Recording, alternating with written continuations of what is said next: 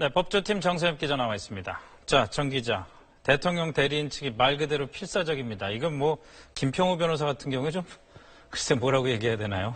네, 오늘 김평우 변호사가 주장하는 것은요, 이 국회에서부터 탄핵 소추가 잘못됐다는 건 아니겠습니까? 이 태생부터 이 섞어찌개인 이 탄핵 사유에다가 이 증거조사도 제대로 안 했다는 건데, 근데 사실 이 문제들은 노무현 전 대통령 탄핵 심판 사건 때 이미 논의가 됐던 사안들이고요. 노무현 전 대통령 심판 때. 그렇습니다. 이게 논의가 됐던 사안이고 이제 문제가 없다는 걸로 결론이 내려진 사안입니다. 뭐 그렇더라도 김 변호사가 법률가로서 이런 문제들을 다시 한번 주장할 수는 있을 테지만 이 재판관들을 모독하고 또 상대 소추인단을 비꼬고 또 심판정에서 협박성 발언을 하는 것은 재판의 수준을 떨어뜨리는 일이라고 하지 않을 수가 없겠습니다. 그러니까 말이에요. 지금 방금 모독이라는 표현도 나왔습니다만 이 정도 오늘 벌어진 일을 일반 법정에서 보면은 법정 모독 이런 소리를 해도 별 이상하지가 않을 것 같아요. 그렇습니다. 헌법재판소 법상으로는 법정 모독을 따로 처벌하는 규정은 없습니다만 네. 일반 법정에서처럼 퇴장 그리고 또 감치 이런 조치를 할 수 있을 텐데 이정미 권한대행이 오늘 그렇게까지는 진행을 하지 않았습니다. 네. 근데 만약에 그런 조치를 했으면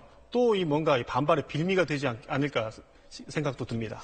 네, 오늘 강일원 재판관에 대한 기피 신청까지 하고 대통령 대리인단이 오늘 여러 가지 전략을 쓴 건데 너무 늦은 것 같기도 하고 이게 지금 와서 어떤 전략을 쓰겠다는 건지 잘 모르겠어요.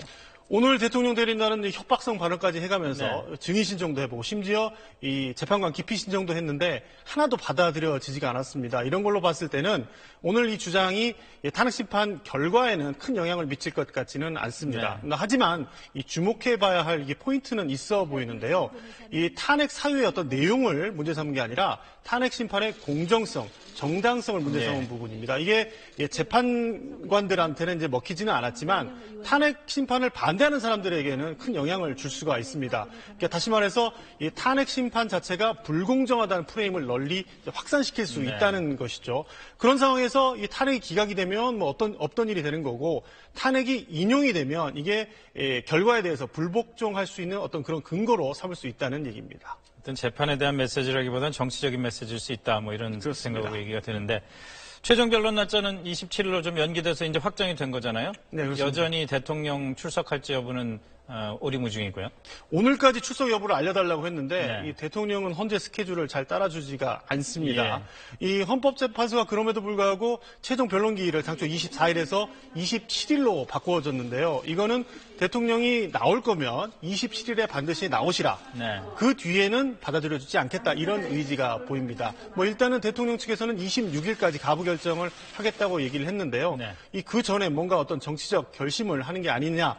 이런 얘기도 국회 소추인단 측에서 나오고 있는 상황입니다. 일단 정치부 기사로 좀 다루겠습니다만은 한번 지켜보죠.